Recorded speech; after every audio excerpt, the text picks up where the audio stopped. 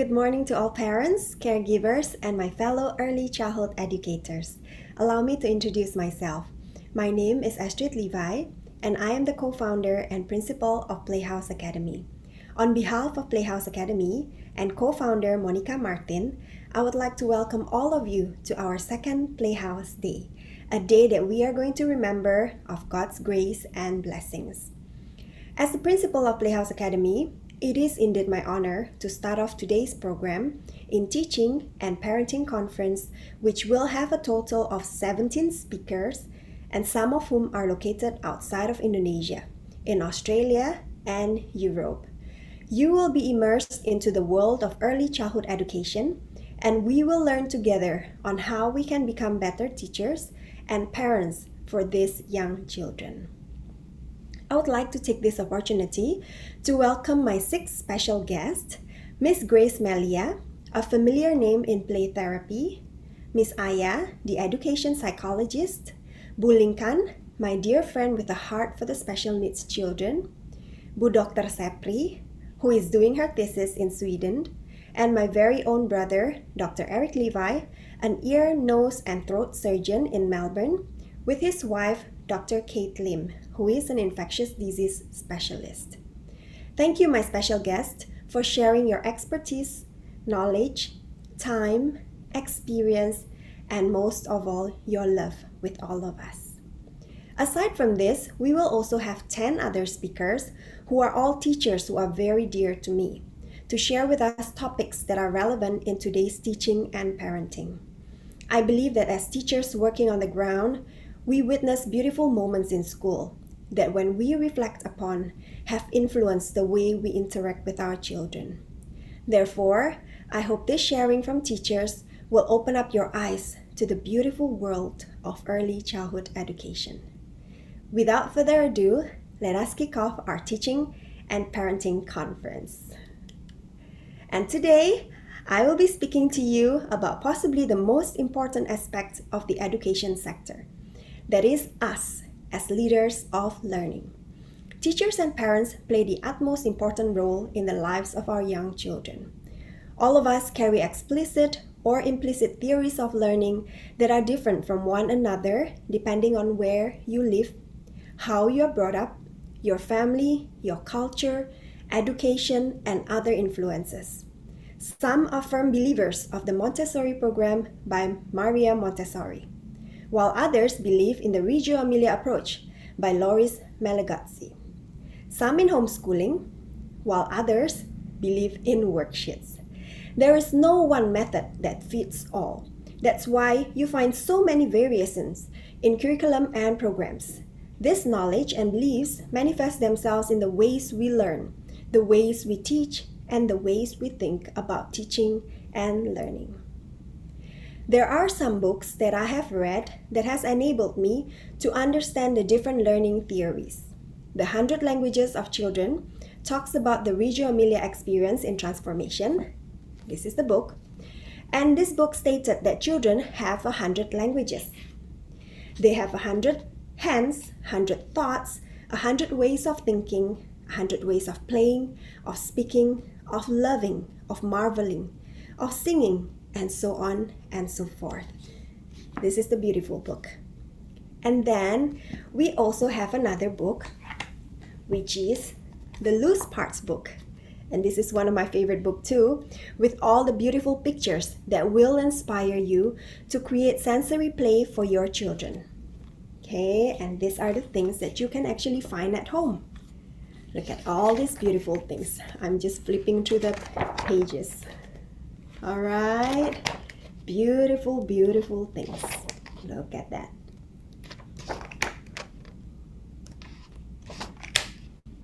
And this is the book on the loose parts. And there's a second version to this book too. And then there is this book, one of the most important books in my doctoral degree journey, Windows into the History and Philosophy of Education by Samuel James Smith. This book brings you to the history of education and how education has shaped the beliefs of many schools and the leaders today. I read about Augustine, a philosopher in the 4th century. He noted that as educators, we must ensure these 6 points. The first one, that our children are ready to learn. Second, that we create environments that is pleasant and cheerful. 3, we must set clear expectations for our students. 4, ensure that students are interested and motivated. 5, adjust the methods of instructions according to the size of class and diversity. And finally, number 6, we must meet our students with a brother's, father's, and a mother's love to win them over. Very good book indeed. Then this is also one of my favorite books, Fundamentals of Early Childhood Education. So these are really good books, and among many other wonderful books that you should read as leaders of learning. The education industry is undergoing a really great transformation, and it will continue to evolve and change in the coming decades. We have been through major changes during this pandemic, and we survived. So it goes to show that this education sector will and must always be available for the sake of our children. The pillars of this education sector, the teachers and parents, hold a really crucial role in the lives of young children. How they learn, what they learn, where they learn, and why they learn becomes so significant that we cannot turn a blind eye to it. As a proud mom to 2 teenage boys, a 15-year-old and 13 years old, and also a 6-year-old princess, I take great care in bringing them up. My husband and I adore our children so much, and we make efforts to spend time with them despite both our super busy schedule. We use the time in the car to share things about life. We eat outside and discuss things with them. We will never know what they will become, but our responsibility to parent them is now. Yes, now. Too many researchers have proven that parents who are involved in their children's education and development produce children who do better in school and are more confident socially and emotionally as a person. They are also less likely to get into trouble in school and life. According to Erik Erikson, a prominent educational psychologist, children develop the future of hope in the first 2 years of life. They are learning to trust an adult caregiver through daily interaction and communication. Therefore, as teachers and parents, we need to be present for their healthy and sound development. Nothing can replace the bond created during this early childhood. In other cases, quality may be more important than quantity, but I'm a firm believer that in early childhood, quantity is the answer that will fulfill a child's need. So to remind all of you again, spend time with them, build relationships with your child, and understand and listen to them, because that is what matters to them now. How then can you be involved in your child's education? There are many ways to do this. Of course, it'll be different with every family and every school. For example, in Playhouse Academy, we have the Parents Care Group. This is a group of parents, mostly mummies, who have come together to support the school's mission in reaching out to people within and beyond our community. They participated in fundraising activities for charities, and together with their children, they work to create wonderful activities.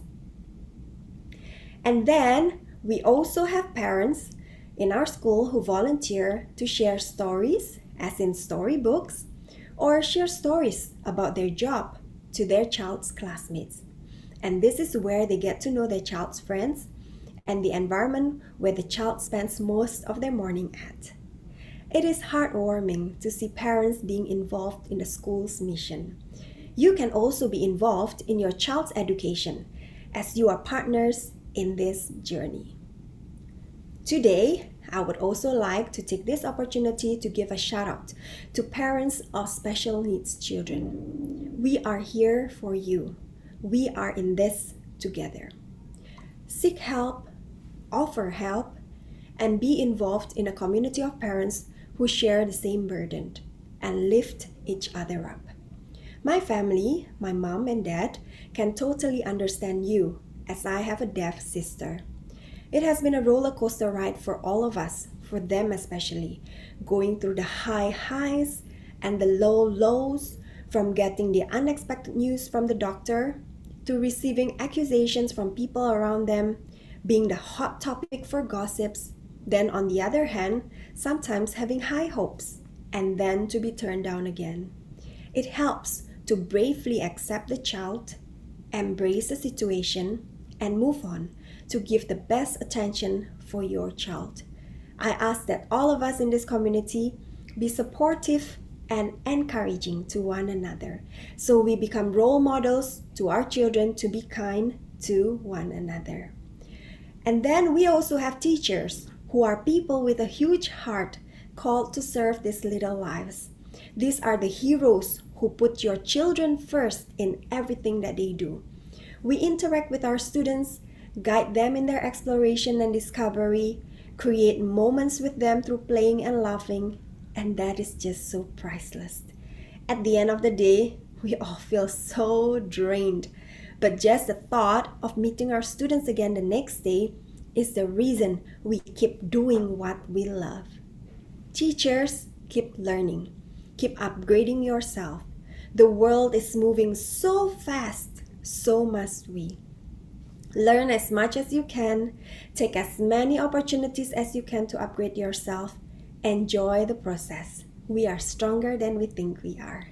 The more we learn, the more we can see the different learning theories and how they can influence our beliefs, and thus the way we teach and learn.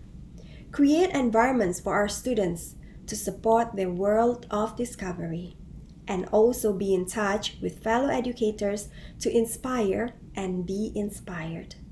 Once again, we are in this together, and teachers should be collaborating instead of competing with one another. We got this, fellow educators. As a closing, I would like to tell of a story of the man, the boy, and the donkey. Once upon a time, there was a man and his son who were going with their donkey to a market. As they were walking along, a countryman passed them and said, "Hey, you fools! What is a donkey for but to ride upon?" So the man put the boy on the donkey and they went on their way. But soon they passed a group of men, one of whom said, "See that lazy youngster! He lets his father walk while he rides." So the man ordered his son to get off, and he got on the donkey. But they hadn't gone too far when they passed two women, one of whom said to the other, "Shame on that lazy old man to let his poor little son trudge along."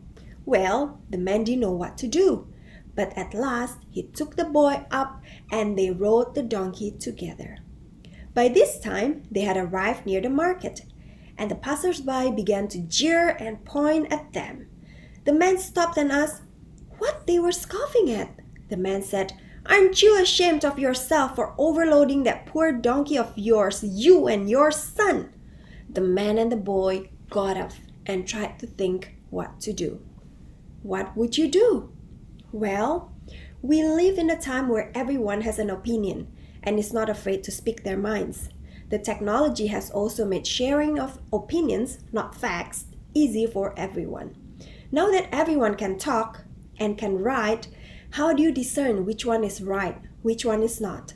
I urge you today, as leaders of learning, to be responsible with what you believe in and how you are going to implement those into your teaching and parenting.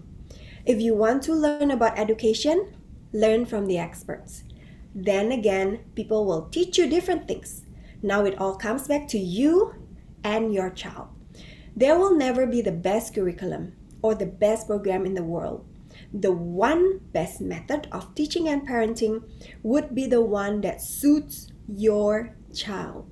And that is the best. And I pray that as teachers and parents, We have fearful hearts in educating our children because what we teach them now will shape their lives for the future. Finally, I would like to thank everyone for their support, encouragements, and love as Playhouse Academy celebrate our second year of establishment. We will not be where we are now if not for your trust. From the bottom of our hearts, thank you. Enjoy the rest of the day and God bless you.